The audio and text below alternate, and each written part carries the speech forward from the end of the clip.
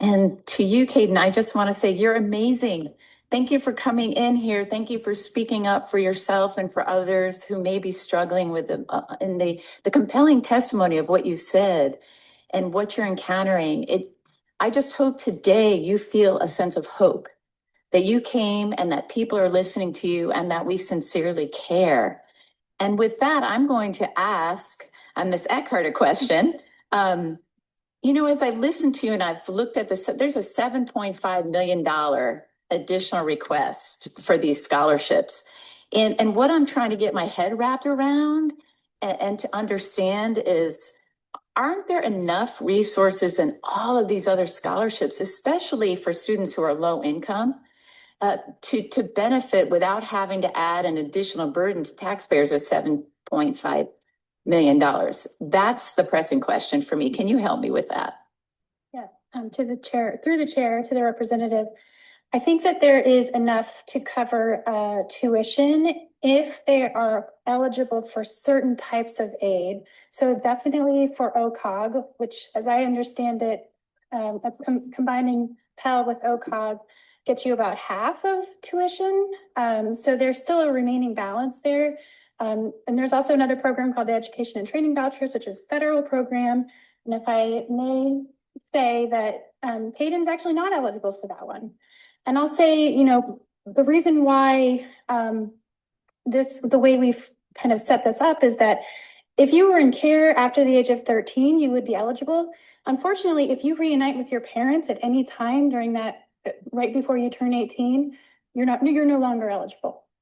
So in my case with my mom, she actually decided never to go back to live with her mom again because she knew that the scholarship would be available. So even though my mom her mother was able to get herself reestablished with 5 kids as a single parent, she could have housed my mom again, but the state of Connecticut, her caseworker, were saying it's probably better for your future to stay in the system.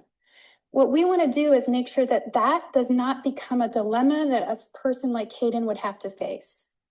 If they are able to, if they have that experience in foster care, even if they don't emancipate and they're reunited with their parents at age 17, for example, they would still have access to a scholarship. Follow-up, Chairman? Follow-up? Would tuition waivers work? So if we were to create a requirement like you spoke about in your testimony, like Texas has for tuition waivers, would that work?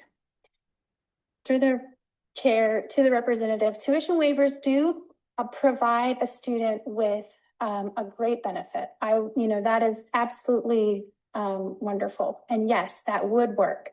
The challenge is that, and Caden could speak to this, many students find themselves in a position where their housing has become unstable. And Caden's been through this. Housing has become unstable. Am I still going to attend? May I speak on this? Sure. Through the chair to the representative, while things like Pell Grant and at OSU, I'm eligible for the President's Affordability Grant, which is covering my tuition. Even knowing that my tuition was covered, I was almost still not able to attend because the conditions of my tuition being covered require that I'm a full-time student. There's only so many hours in a week, and this aid does not extend to housing or on-campus housing.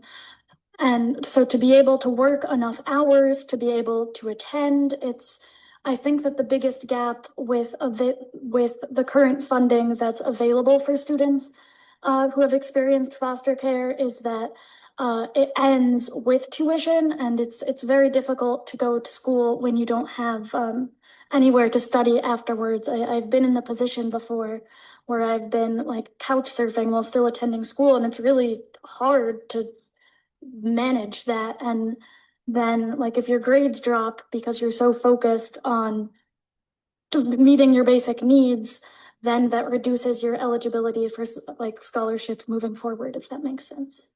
Thank you so much. No further questions. Thank you, Representative Richardson. Representative Gerald.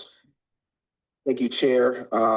Both to Kim and Caden. First, let me say thank you for coming in today and testifying. Caden, I use your remarks in a lot of, since the beginning of my testimony related to this bill. And I just have to say, you know, you said something just now that I think I want to illuminate a little bit more. When a foster youth has to work 20 plus hours a week just to have rent, on top of trying to maintain a high scholastic threshold to maintain their academic scholarship, on top of the trauma therapy, all the things that we know foster youth go through on a day-to-day basis. First and foremost, you're probably one of the strongest people that I know.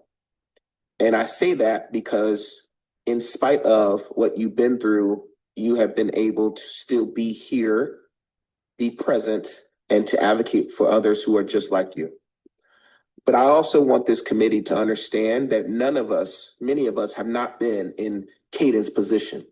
And to say that we could do something else when what we're advocating for is for Caden and folks that are like Caden to have support and security so that they can be their best self is something that I think we all as a committee have to understand.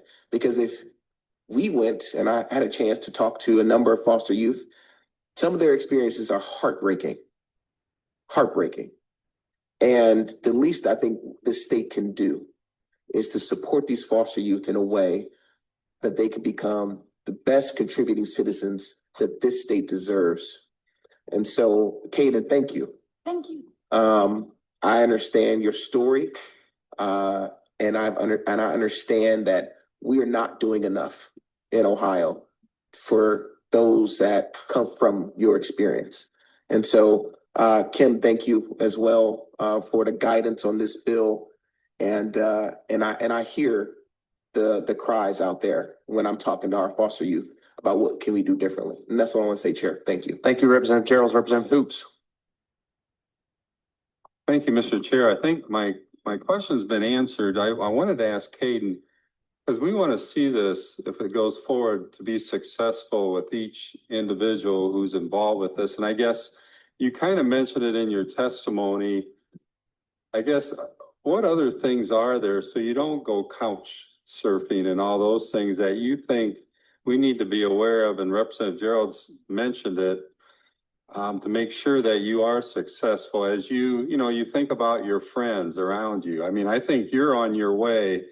You're doing a great job, and thank you for being here. But what about others? What do we need to know even more? Is there anything else you want to add to that issue? Through the chair to the representative, I appreciate this question. I appreciate the concern to make sure that we are doing as much as we can. That really does provide me with hope. I feel that the biggest gaps, even if school is covered, is in that of housing and healthcare, including mental health care and trauma-informed resources.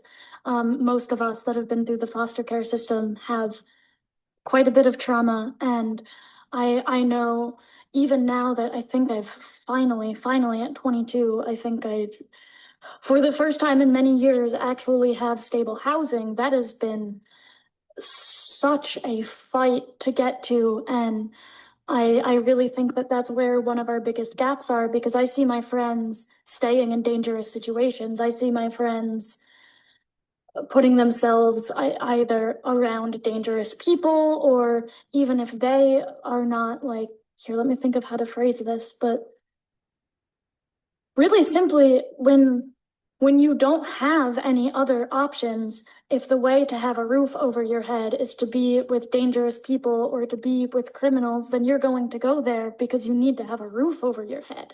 And it's not that we want to be in those situations, but it really comes down to, if it's that or outside, you're going to stay, even if you're trying to get out. So I really feel that, especially with people exiting the care, even when you don't age out, it's not like things get normal. Even if you are reunited with your family, there's still all of those issues. And I think the best way that we could support people is make sure that they have housing that they can afford, whether that looks like affordable housing or increased wages or voucher programs, whatever that looks like. We need to have a way to have a roof over our head, and we need to have a way to safely process our trauma so that we can use our brains like for school and for careers and to help others instead of just having like flashbacks and everything all the time still. Thank you, Representative Hoops. Any other questions? Seeing none, thank you very much. Thank you for coming down and sharing your story. Seeing no further questions, that ends the second